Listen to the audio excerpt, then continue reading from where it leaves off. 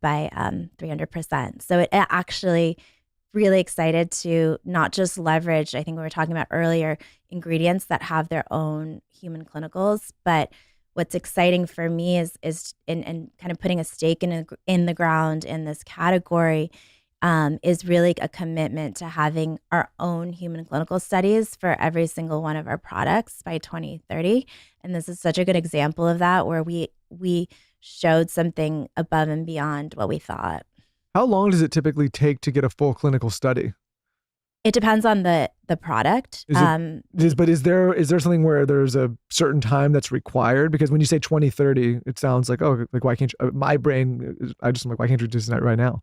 Not that yeah, I know that's not that simple in business, but obviously I'm like, okay, that's a law. That's 6 years off. Yeah, we have several products where we've already completed human clinical studies that we've published, and so the goal is when you have a lot of products, we're pouring millions and millions of dollars. Oh, it's a funding thing too. It's a funding thing. It's when we release them, and I think to Nima's credit, what I'm really excited about is we partner with leading universities and research institutions. We're not just doing a factory clinical. There's like different levels of clinical studies you can do, and we are partnering with leading research facilities. And his team is like, a lot of them do come from academia, and they're excited to then go and like publish those studies in peer-reviewed journals. So it's even, when you look at it, remember that pyramid, to actually publish a study is next level, because then you have more consensus in the scientific community. It's not just a study. People actually are looking at the results. What is a clinical study? The clinical study reminds me of when people say, oh, you know what they say? And it's like, who's they? I don't know who they is. Who is they? Who are these higher powers they? The clinical study is like the same like undertone. It's like, what does a clinical study look like? Do they all look different? What does that even mean? Did they take a bunch of college students and like we're talking to Whitney Cummings. We were talking to Whitney Cummings the other day, and she's like, the problem with a lot of these studies is like the people at the time that are signing up for the studies. Like she was saying she used to do it when she was like a broke college kid, and she's like, I would have done anything for the money. What is what is clinical study, and what's the range of the clinical study? I'll let Nima speak to most of this, but one thing that our team saw an issue with the clinical studies that were being conducted is A, they were not being run historically on women, and B, they were not being conducted with diverse populations like people of color. And especially when you're looking at products for like skincare, you want that. So those were like two key areas that were really highly important for us as a business. Yeah, I mean, being in academia, right, and now in industry is a really unique perspective of what a clinical study means. So when I transitioned from academia to industry, it became really clear to me that companies were making products based on pseudoscience. And by that, I mean products that have no facts, no data, and no proof that the products work.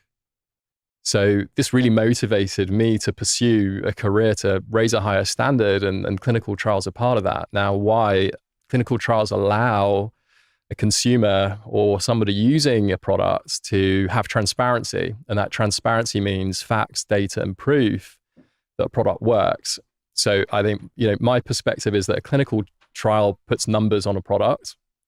There's more products on the market that don't have numbers on, and this is doing a disservice. And the reason why that's important is that people's health are at stake.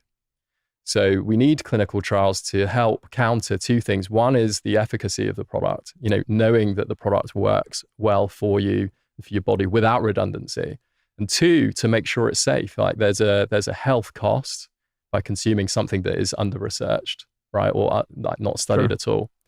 So clinical studies allow us, it's the gold standard way to just put a product to work, just get numbers on a product and ensure that we're getting the most out of that return.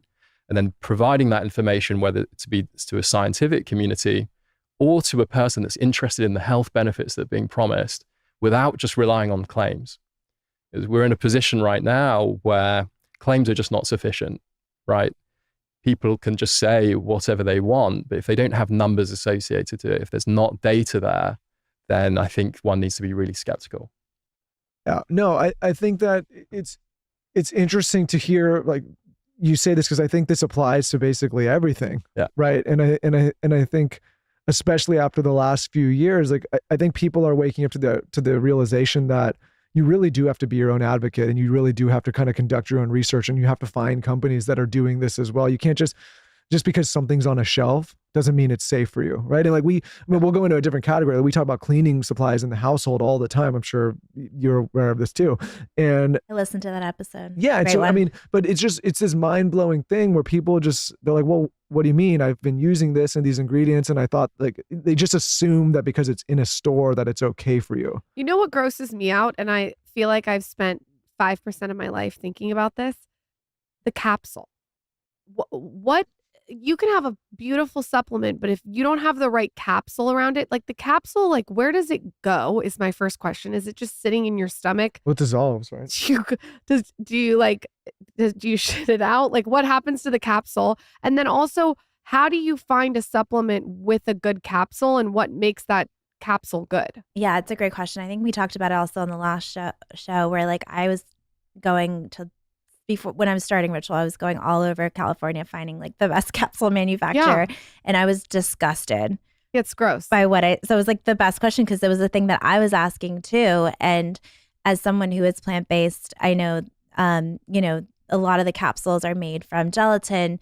You care about the sourcing of the ingredients or your food, but no one is asking those questions of the capsule or the ingredients in the supplement. So the gelatin, is coming from hooves and hides by 300%. So it actually really excited to not just leverage, I think we were talking about earlier, ingredients that have their own human clinicals, but what's exciting for me is and kind of putting a stake in the ground in this category is really a commitment to having our own human clinical studies for every single one of our products by 2030.